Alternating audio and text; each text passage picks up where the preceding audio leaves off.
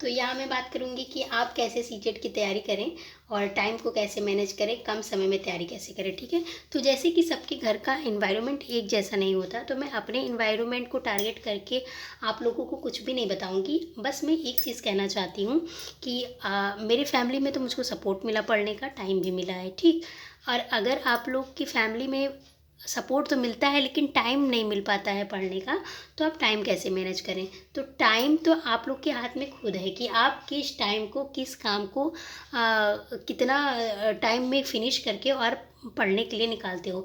जैसे मेरे पास तो अब पहले जब मैंने सीटेट क्लियर किया था उस टाइम पे, तो जब मेरी डॉटर सोती थी दिन में 3 से 4 या 3 से 5, उस टाइम में 2 घंटे में पढ़ती थी। और 2 घंटे में क्या पढ़ती थी, उस 2 घंटे में मैं सिर्फ प्रीवियस ईयर का पेपर सॉल्व करती थी।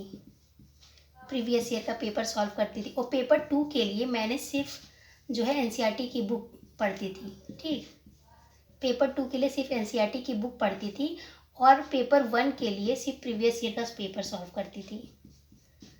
ठीक, ये काम मैं खुद करती थी। ठीक, और उसके बाद अगर मुझे थोड़ा टाइम मिलता था, जैसे शाम को 7 साढ़े 7 बजे, है ना, या जिसके घर में टाइमिंग 7 साढ़े 7 का खाने का रहता है तो वो 9 के बाद फ्री हो जाएगा। मेरे घर पे 9 के बाद खाने का टाइमिंग रहता है, तो मैं 7 साढ़े 7 बजे फ्री रहती थी।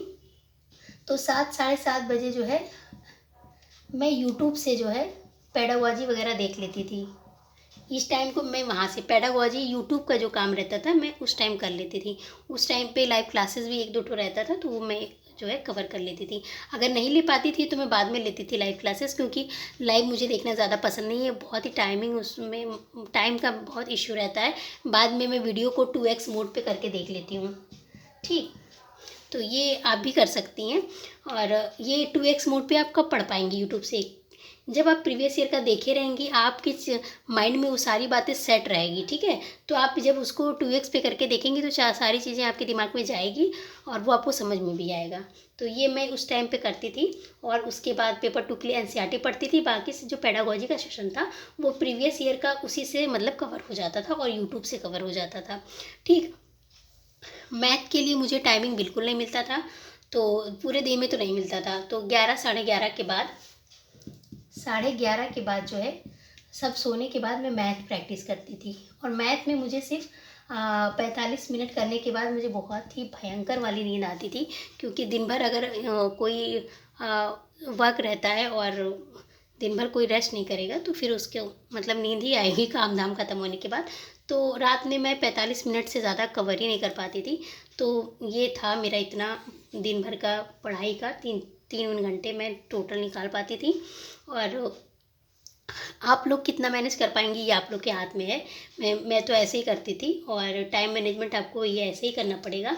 और कम समय में भी तैयारी इसी तरह से ही कर पाएंगी, क्योंकि आपको और कहीं समय नहीं है ना। जैसे अभी नोटिफिकेशन आया, जो सिंगल स्टूडेंट है वो ये भी सोच सकता है कि चलो कुछ दिन में, अभी 10-15 दिन में हम पढ़ना शुरू कर देंगे। लेकिन अगर आप एक हाउस वाइफ हैं प्लस मदर भी हैं, तो आपको ये नहीं सोचना है। आपको नोटिफिकेशन आते ही या और पहले ही अगर आपको पता है कि मुझे सीटेट का एग्ज़ाम देना है, तो आप पहले से ही अपनी तैयारी स्टार्ट रखिए। थोड़ा थोड़ा रोज़ करिए। आप एक घंटा भी रोज़ करेंगे ना तो ये इनफ होगा।